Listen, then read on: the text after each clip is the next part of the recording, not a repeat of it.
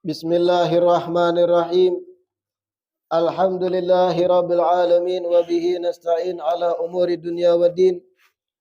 Wassalatu wassalamu ala sayyidil mursalin wa imamil muttaqin sayyidina wa maulana Muhammadin wa ala alihi wa sahbihi ajmain. Allahumma shalli wa sallim ala sayyidina Muhammad miftah babi rahmatillah adada ma fi ilmillah salatan wa salaman daimaini bidawami mulkillah wa ala alihi wa sahbihi wa man walah wa la haula wa la quwwata illa billah. Alhamdulillah, segala puji kembali dan selalu terhatur kehadirat Allah yang masih memanjangkan umur kita, melimpahkan kesehatan, keafiatan, sehingga diperjumpakan lagi di majelis ilmu yang selalu kita berharap mudah-mudahan membawa kita pada kebaikan-kebaikan dunia dan akhirat. Amin ya rabbal. Melanjutkan kitab Ihya'ul Mayyit kita, pertemuan terakhir sampai pada hadis As-Sabi' wal Arba'un 47. Hari ini kita masuk pada hadis yang Ats-Tsamin wal Arba'un, hadis ke-48. Akhrajad Dailami an Ali radhiyallahu anhu qala Rasulullah sallallahu alaihi wasallam arba'atun ana lahum syafi'un yaumal qiyamati al-mukrimu li dzurriyyati wal qadi lahum hawaijahum wasa'i lahum umurahum indama tarru wal muhibbu lahum biqalbihi wa lisanihi. Hadis 48 dikeluarkan Imam Ad-Dailami melalui Sayyidina Ali bin Abi Thalib.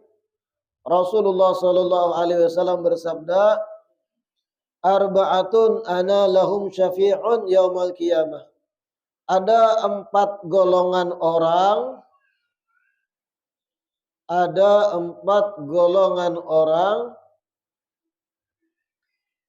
ana lahum syafi' yaumal qiyamah, yang mana aku akan memberi syafaat bagi mereka hari kiamat. Ada 4 golongan orang yang mana aku akan memberi syafaat bagi mereka hari kiamat. Al-mukrim li dzurriyyati.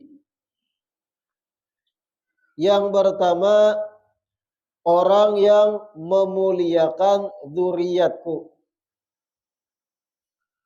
Orang yang menghormati atau memuliakan dzurriyyatku, keturunanku.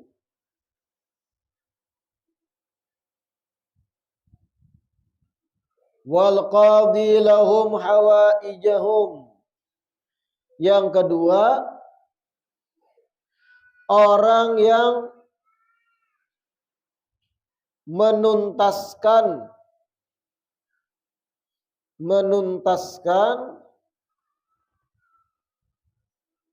kebutuhan dzurriyyatku. Lahum dhamir kembali pada ad-dzurriyyah. Yang kedua, wal qadi lahum hawaijahum, orang yang menuntaskan kebutuhan mereka dzurriyyatku. Ketiga, wasa'i lahum umurahum indamat tarru, di atas ra itu tasydid, tarru. Yang ketiga, asa'i, orang yang berusaha, lahum umurahum, menolongi, orang yang berusaha menolongi urusan dzurriyyatku, urusan dzurriyyatku, indamat tarru, pada saat mereka dalam keadaan terdesak.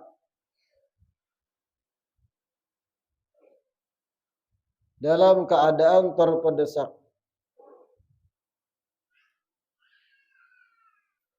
atau keadaan terdesak darurat. Yang ketiga, asailahum umurahum indamat tarru. Orang yang berusaha menolongi urusan-urusan dzurriyyatku ketika mereka terdesak dalam keadaan darurat harus ditolong. Wa muhibbu lahum biqalbihi wa lisanihi. Yang keempat, al-muhib lahum biqalbihi wa lisanihi. Orang yang mencintai dzurriyyatku dengan hati dan lidah mereka. Orang yang mencintai dzurriyyatku dengan hati dan lidah mereka.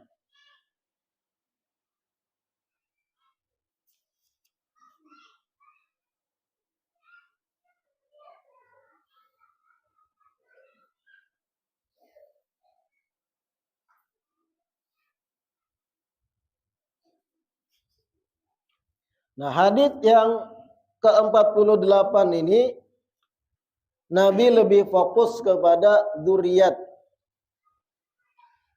Kalimatnya lebih spesifik dzurriyyat, yang arti dari dzurriyyat itu keturunan.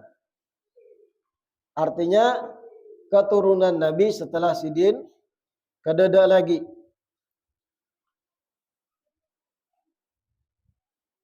Arba'atun ana lahum syafi' yaumil qiyamah. Ada 4 kelompok manusia yang aku akan memberi syafaat baginya hari kiamat. Al-mukrim li dzurriyyati, yang pertama orang yang memuliakan keturunanku, menghormat pada keturunanku karena memandang ini adalah darah daging Nabi.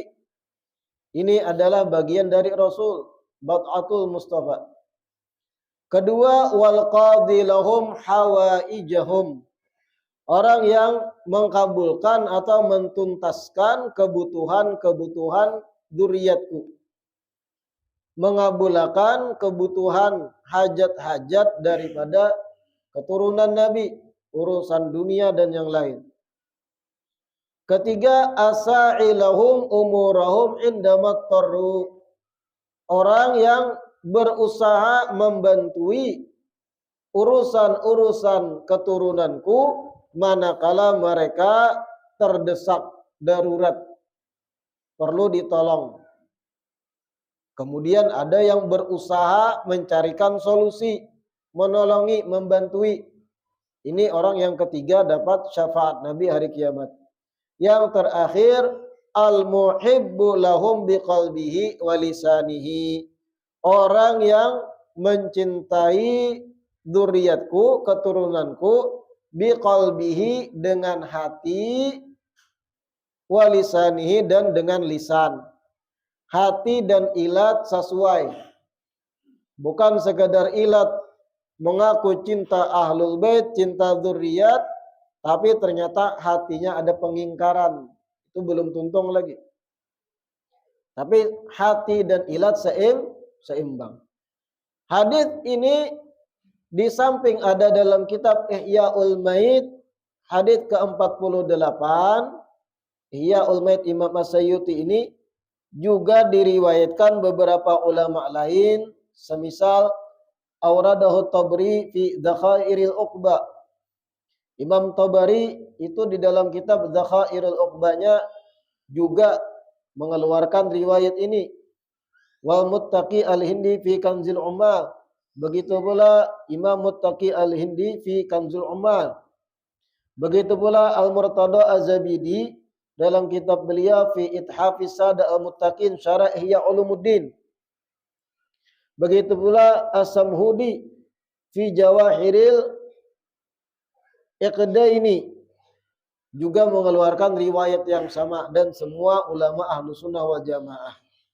Nah, ini termasuk yang menjadi perpegangan ulama-ulama kita di Banjar mulai bahari dalam memuliakan Ahlul Bait, memuliakan habaib dan para syarifah.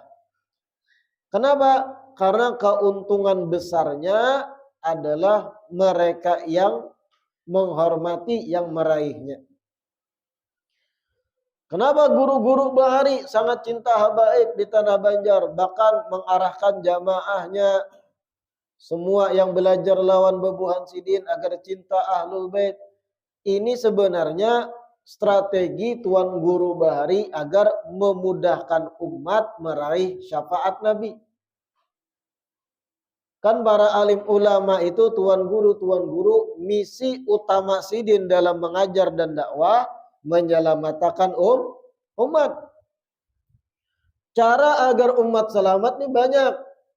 Nasihati supaya ibadah, nasihati supaya taubat, nasihati dalam urusan yang sunnah-sunnah gawi, termasuk cara yang paling nyaman bagi umat agar dapat keselamatan di akhirat, memuliakan keturunan Nabi. Karena hadits-haditsnya banyak, termasuk riwayat ini dalam kitab Iyaul Maid. Ada 4 orang ya Nabi, 4 golongan. Ana lahum syafi, aku akan beri syafaat orang tuh hari kiamat. 4 orang ini, 4 golongan ini seberataan berkaitan dengan dzurriyyat Nabi, keturunan Nabi. Memuliakan dzurriyyat pertama, menuntaskan kebutuhan dzurriyyat. Kemudian lagi yang ketiga, menolongi manakala sang dzurriyyat ini dalam keadaan terdesak, darurat. Yang keempat, mencintai dzurriyyat Nabi dengan hati dan lisan. Kalau ilat atau lisan aja berdua banyak, wah saya cinta, saya cintai, saya cinta. Tapi terkadang hati ada pengingkaran, ada keraguan, artinya belum seimbang. Tapi mereka yang seimbang antar hati dan ilat terhadap dzurriyyat ini yang dapat syafaat Nabi dari 4 golongan di hari kiamat. Hadits yang ke-49, al-hadits at-tasi wal arba'un. Akhrajat Dailami an Abi Sa'id radhiyallahu anhu qala Rasulullah sallallahu alaihi wasallam ishtadda ghadabullah ala man adani fi itrati. Ishtadda ghadabullah ala man adani fi itrati.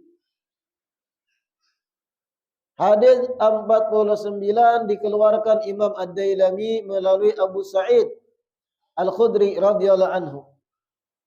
Rasulullah sallallahu alaihi wasallam bersabda, "Ishtadda ghadabullah." Sungguh besar murka Allah. Sungguh besar, sungguh dahsyat. Sungguh menjadi dahsyat murka Allah ala man adani, atas orang yang menggangguku, jar Nabi. Atas orang yang mengganggu aku fi itrati, dengan cara mengganggu keturunanku.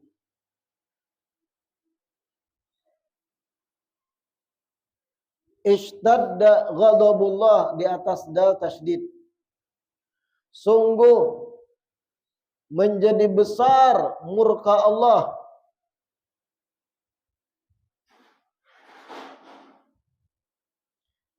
ala man adani, atas orang yang mengganggu aku fi itrati, dengan cara mengganggu keturunanku.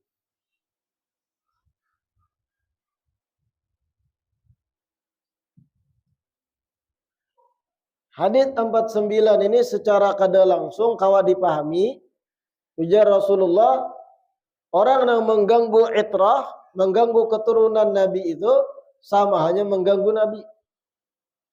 Dan orang yang mengganggu Nabi, ishtadda alaihi ghadabullah, murka Allah akan besar baginya. Kalaupun kada nampak murka Allah di dunia, lenyap di akhirat orang itu. Kalaupun kada ditampaikan katulahan di dunia, di akhirat ia lenyap. Sungguh besar, ishtadda dari kata syadid, bertambah dahsyat, bertambah ganal, murka Allah terhadap seseorang yang mengganggu aku dengan cara mengganggu itrah keturunanku. Nah ini, amun bahari-bahari ketulahan tuh nampak masih. Banyak kisah-kisah orang bahari kalau pian mau umpatin yang tua-tua yang hidup zaman bahari yang menyakiti para habaib, para syaraib, langsung muak darah. Muak darah. Habis itu ada yang langsung garing, langsung stroke dan sebagainya. Bahari itu banyak ditampaikan masih.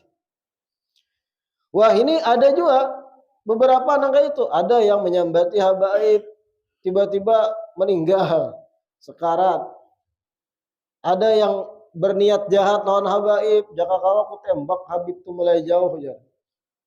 Sebelum meninggal matanya picak, rusak, habis itu hanyar meninggal. Kejadian kada jauh-jauh tuh paraknya di sini. Ada lagi yang tiba-tiba inya kena kesusahan dan sebagainya. Terjadi kasus besar bagi dirinya, kemudian ngarannya rusak. Seberataan gambaran orang yang kurang ajar terhadap keturunan Nabi. Bukan masalah inya kurang ajar lawan itrah atau keturunan, tapi secara tidak langsung inya mengganggu Nabi gitu. Ishtadda ghadabullah, murka Allah itu jadi gana dan besar. Namun habaib sendiri, ahlul bait sendiri mulai bahari kalau diganggu orang banyak memaafkan. Kalau diganggu orang kalau pang murka ada tertawa, takurihing, atau didiamakan karena begitu yang dicontohkan oleh para ahlul bait mulai bahari. Sayyidina Husain kada kurang-kurangnya sidin. Bahkan disakiti, dibantai sekeluarga, dipotong leher sidin. La haula wala quwata illa billah. Kemudian lagi imam-imam ahlul bait yang lain banyak yang disakiti, dibunuh, dipenjara dan sebagainya. Dan ternyata sejarah mencatat mereka yang menyakiti para ahlul bait di dunia kena balasan apalagi di akhirat. Kada kegampangan Nabi berucap ishtadda ghadabullah. Besar marahnya Allah terhadap orang menggangguku dengan cara mengganggu itrah keturunanku. Al-hadits al-khamsun, hadis yang ke-50. Akhrajat Dailami an Abi Hurairah radhiyallahu anhu qala Rasulullah sallallahu alaihi wasallam innallaha yubghidu al-akila fawqa shiba'ih. Innallaha yubghidu al-akila fawqa shiba'ihi wal ghafila an ta'ati rabbih wa tarika li sunnati nabiyhi wal mukhfira dhimmatahu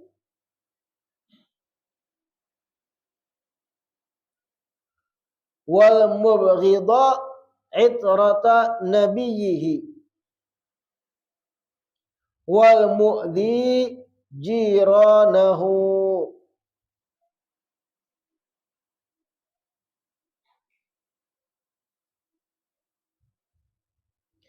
Hadits 50 dikeluarkan Imam Ad-Dailami melalui Sayyidina Abu Hurairah. Rasulullah sallallahu alaihi wasallam bersabda, "Innallaha yubghidu al-akila fawqa shiba'ihi." Sesungguhnya Allah marah. Sesungguhnya Allah benci atau kada senang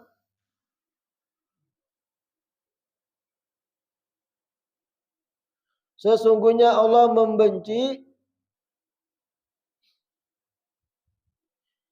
al-akila fawqa shiba'ihi, orang yang makan melebihi rasa kenyangnya.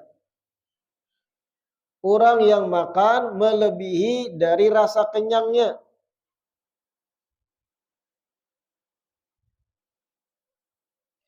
Wal ghafila an ta'ati rabbih, dan Allah benci dengan orang yang ghafila, lalai, an ta'ati rabbih, lalai untuk berbuat taat pada Tuhannya.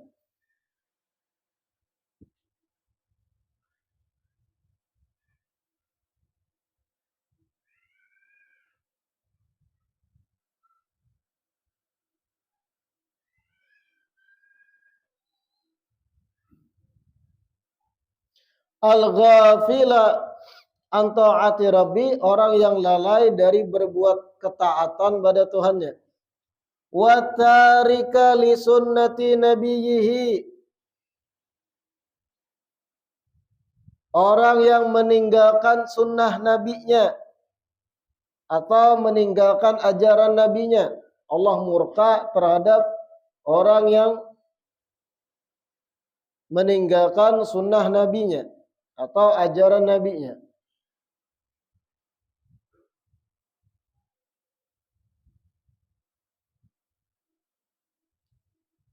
Wal mukhfira dhimmatahu, dan Allah benci dengan orang yang berkhianat terhadap janjinya. Orang yang kadang menepati janji gitu.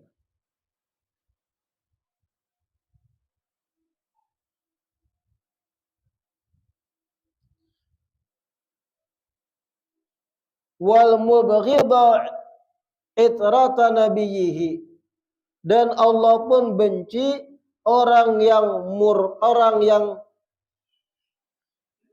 membenci keturunan nabinya. Allah benci terhadap orang yang benci kepada keturunan nabinya. Wal mu'dhi jiranahu, dan Allah pun benci terhadap orang yang mengganggu tetangga-tetangganya. Orang yang mengganggu jirannya.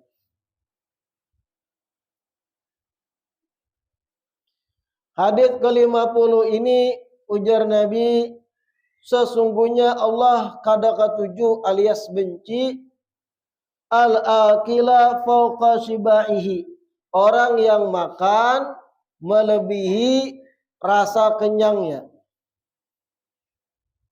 Kayak apa maksudnya orang yang makan melebihi rasa kenyang? Inya sudah kenyang, parut hibak dah makan. Inya tuh paham dirinya ini sudah kenyang. Pian tuh kan ada sensor di awak mengetahui kapan diri ini kenyang. Tanda-tandanya banyak, mariga, kepala barat, iyalah, duit habis. Nungkar kan tadi, nungkar nasi habis duit. Sudah nyata kenyang, syab'an inya, merasa dah aku ini kenyang. Makan lagi jangan. Nah ini orang al-akil fauqa shibaih.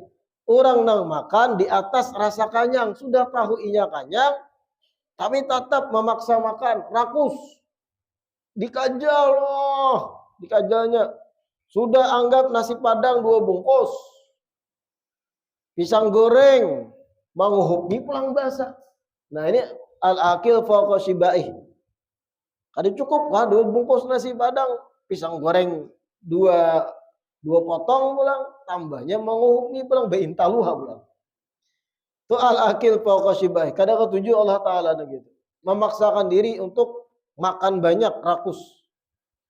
Makanya yang Allah ketujui kayak apa? Nang kurus-kurus. Kita nih nang kurus-kurus, bebaya tampur angin rabah. Ini tanda kita makan kada banyak. Bagus gitu. Karena ujar Imam Al-Ghazali, asyiba, kenyang minal halal, kenyang dari sesuatu yang halal itu puncak sebabnya kejahatan. Rasa kenyang dari yang halal, jajar Imam Ghazali itu bisa jadi sebab kejahatan. Apalagi kalau kenyang dari yang haram. Saking kenyang itu kada terpuji itu. Kalau kawan jangan terlalu kenyang pas makan. Kenyang dari yang halal itu adalah sumber kejahatan, sumber keburukan dari Imam Ghazali. Fa kaifa minal haram? Apalagi kalau dari yang haram. Sudah kenyang, makan pulang, kau hukmi lagi, minum pulang, mariga. Sawat anak muntah-muntah, untalan tapih pun kancang, basah manuk tapih karena kada muat lagi. Yang kedua, al-ghafil an ta'ati rabbih, orang yang lalai dari ketaatan pada Tuhannya. Lalai, melalaikan kewajiban sholat, melalaikan kewajiban puasa, melalaikan hal yang diwajibkan. Allah ada ketujuh hamba yang gitu. Wa tarika li sunnatin nabiyyih, orang yang sengaja meninggalkan ajaran Nabi. Kada mau mengumpati sunnah Nabi, cara makan tangan kanan, ia melawan tangan kiri jegin. Orang sengaja tarik meninggalkan, kenapa tangan kiri sarah wae. Sunnah Nabi, ajaran Nabi, minum tuh duduk, aku anak berdiri aja. Melawan, bestilah, bukan kada tahu, melawan, meninggalkan.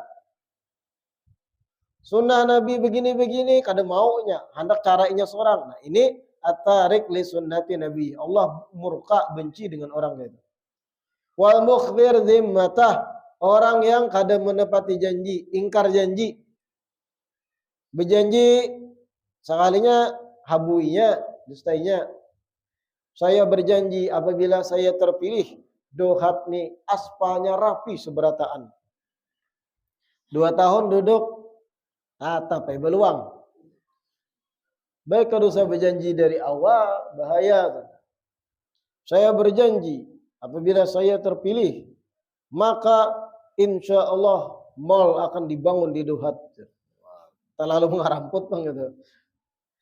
Baik dosa berjanji, al-mukhfir zimmata, orang yang mengingkari janji itu Allah murka. Baik dosa berjanji.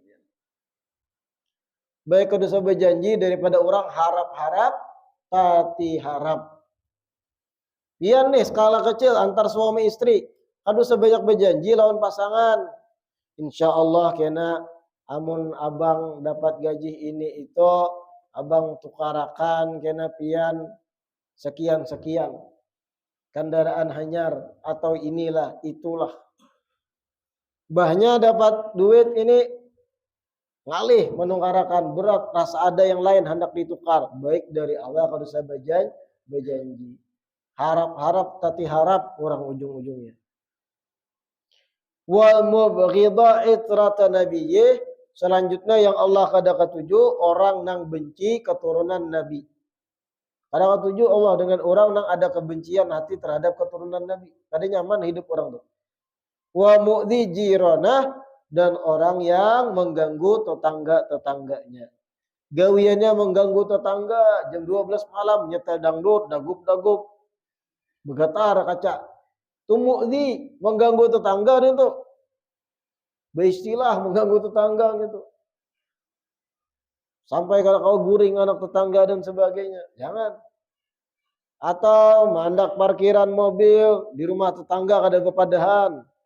Ngalih tetangga keluar masuk bawa kendaraan, mu'dhi, mengganggu tetangga. Atau maharagu ayam. Nih, berapa kali sudah kita nyatakan. Maharagu ayam, kada diawasi, setayunya ayam kujuk-kujuk tahira di halaman orang.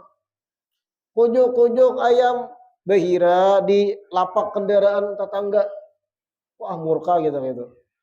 Karena inya nang memelihara kada diperhatikan. Kujuk-kujuk ayamnya naik ke atas mobil tetangga. Lecet kaca mobilnya.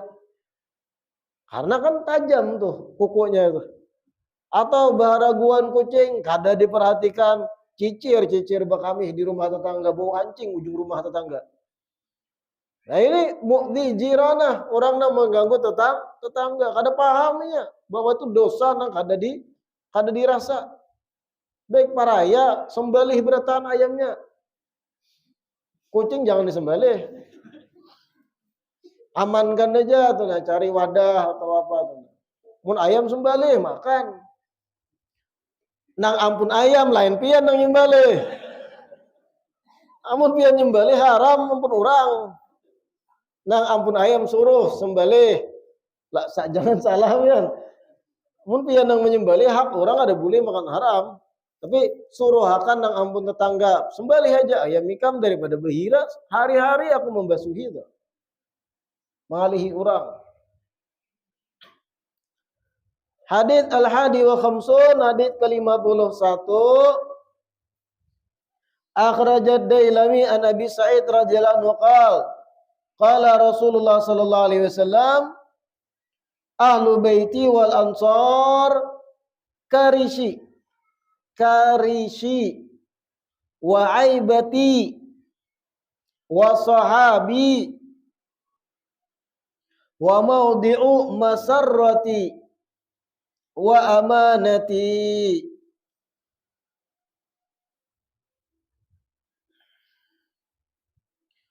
Faqbalu min muhsinihim wa tajawazu an musiihim.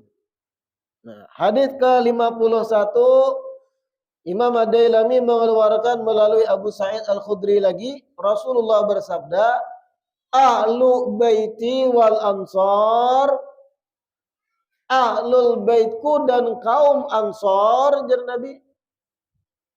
Ahlul baitku, keluargaku, wal ansar, dan kaum ansar dari Madinah, karishi adalah orang-orang istimewa di sisiku. Orang-orang yang memiliki kedudukan khusus, khassati, memiliki keistimewaan di sisiku.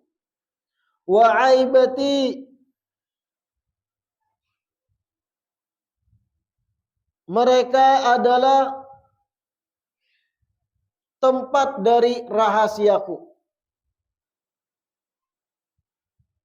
Wa aibati ay maudhi'u sirri. Mereka ahlul baitku dan kaum ansar adalah aibati, tempat rahasiaku. Wa sahabi, mereka adalah sahabatku.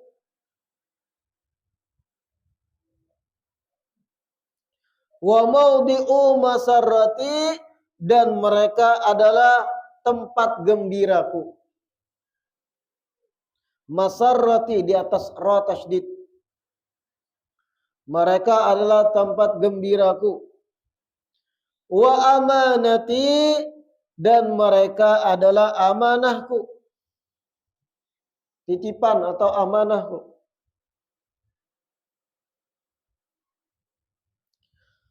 Faqbalu min muhsinihim wa tajawazu an musiihim. Maka terimalah orang yang baik di antara mereka.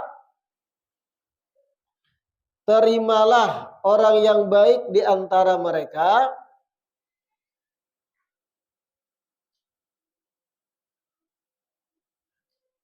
Wa tajawazu, dan maafkanlah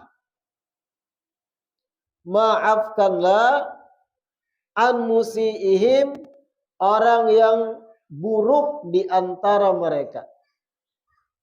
Maafkanlah orang yang buruk di antara mereka.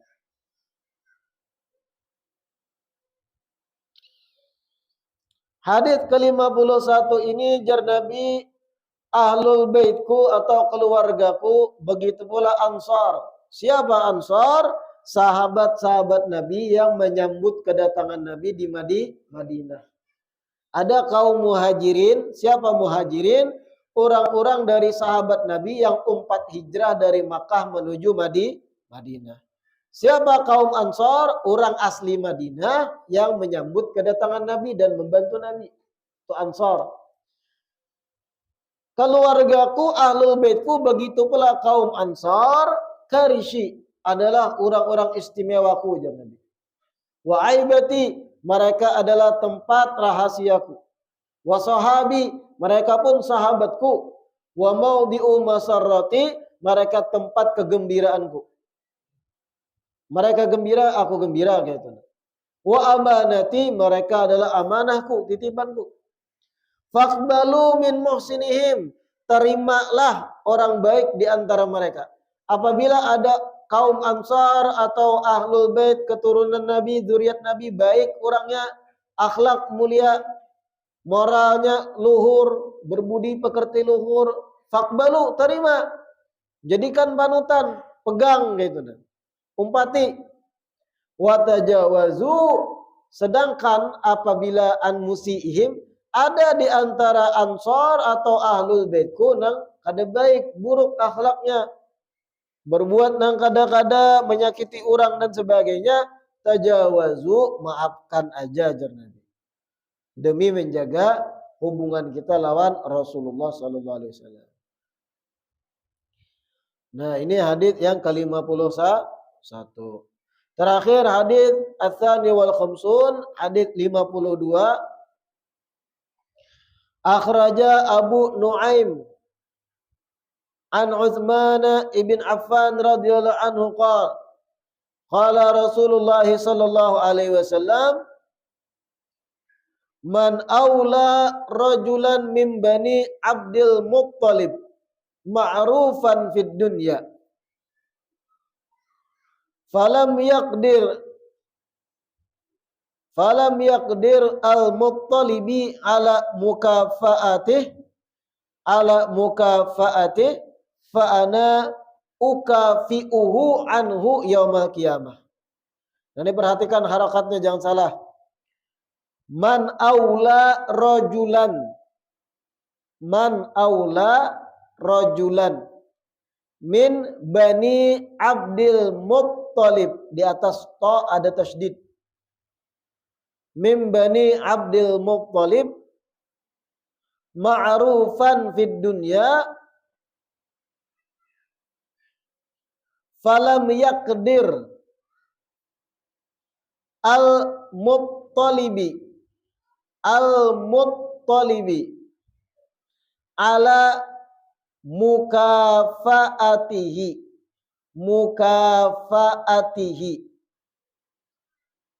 fa ana ukafi'uhu anhu yaumal qiyamati. Hadis 52 dikeluarkan oleh Abu Nuaim melalui Utsman bin Affan radhiyallahu anhu. Rasulullah bersabda, man aula rajulan min bani Abdul Muttalib ma'rufan fid dunya, barang siapa yang berbuat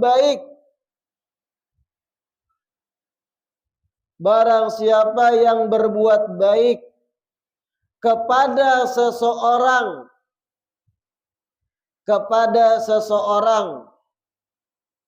dari keturunan Abdul Muttalib, kakek Nabi. Siapa yang berbuat baik kepada keturunan Abdul Muttalib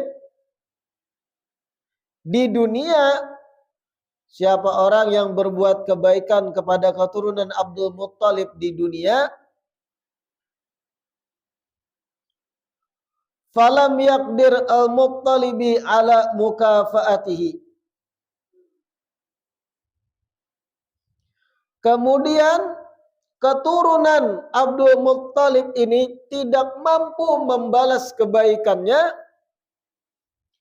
kemudian keturunan Abdul Muttalib ini tidak mampu membalas kebaikannya,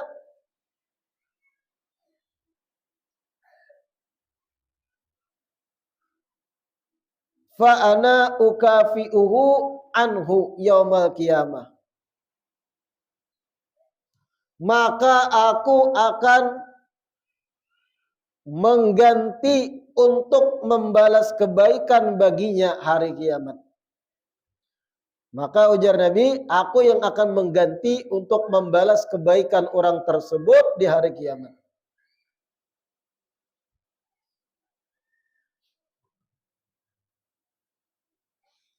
Maka ujar Nabi, aku yang akan mengganti membalas kebaikan orang tersebut hari kiamat.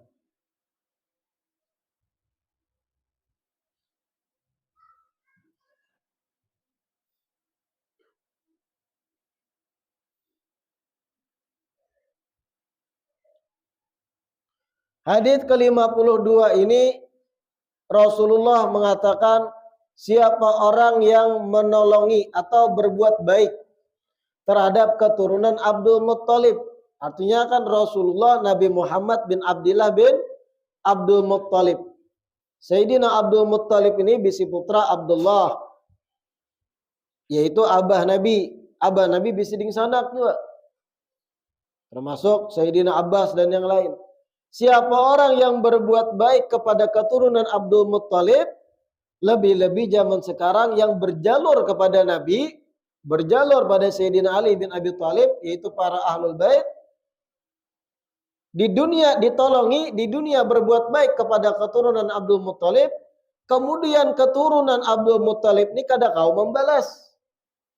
Kada mampu membalas kebaikan itu di dunia.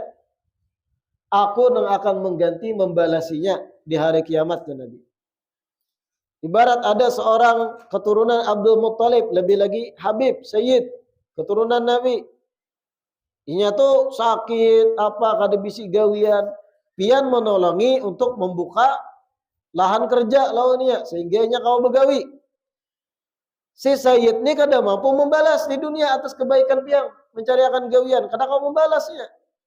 Ujar Nabi, aku akan menggantiinya, membalasiakan kebaikannya di akhirat. Namun Nabi yang sudah membalasiakan, nyaman benar. Makanya banyak-banyaklah pian berhutang kebaikan lawan buan Habib. Kaya berhutang kebaikan, bantui sampai sini kada kau membalasi. Apa yang akan kita dapat? Mukafaah, balasan langsung dari Nabi di hari kiamat.